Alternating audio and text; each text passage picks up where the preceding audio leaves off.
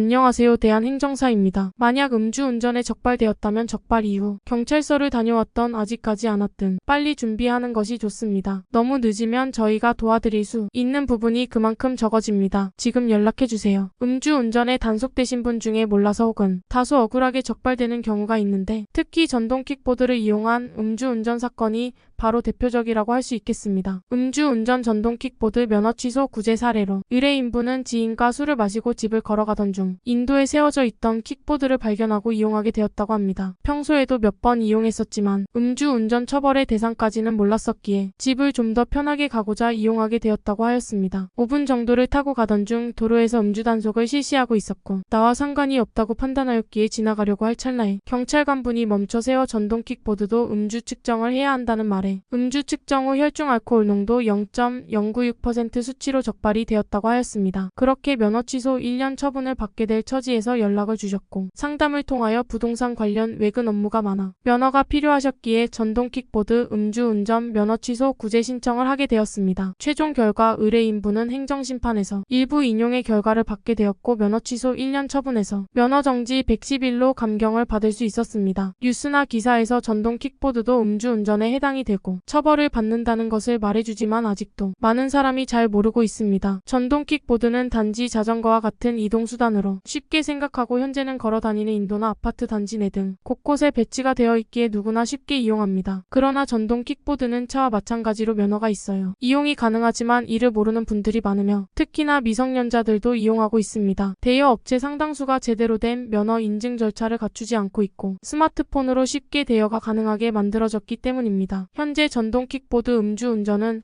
형사처벌 대상은 아니지만 행정처분인 면허는 처벌의 대상이기에 음주 측정에서 면허 취소 또는 면허 정지 처분이 내려지게 될 수 있습니다. 그런데 만약 술을 마신 상황에서 전동 킥보드를 타고 대물 또는 대인사고가 발생하게 된다면 차량과 동일하게 형사처벌과 행정처분을 각각 받게 되겠습니다. 현행법상으로 도로교통법상 안전모 미착용 시 범칙금 2만원, 2인 이상 탑승 시 4만원 면허 미소지 또는 음주운전 시 범칙금 10만원이 부과되겠습니다. 현재는 음주 단속에도 전동 킥보드 운전자가 지나가게 되면 함께 음주 측정을 합니다. 그런데 기존 음주운전 전력이 있는 상황으로 음주운전 전동 킥보드가 2회 이상인 재범에 속하게 된다면 면허정지 수치로 적발이 되었다 하더라도 면허 취소 2년 처분을 받습니다. 따라서 생각보다 많은 분들이 면허정지 또는 면허 취소 1년이라고 생각하고 계시다가 경찰 조사에서 과거 전력으로 인해 면허 취소 2년 처분을 받게 되는 상황이 많다고 합니다. 경찰 조사에서는 형사처벌을 받지 않기에 따로 피의자 신문조서가 이루어지지 않고 면허계에서 면허증 반납과 임시면허 40일을 받고 기가합니다. 전동 킥보드 음주운전 면허 취소 처분에서 구제 신청인 이의 신청과 행정심판을 통해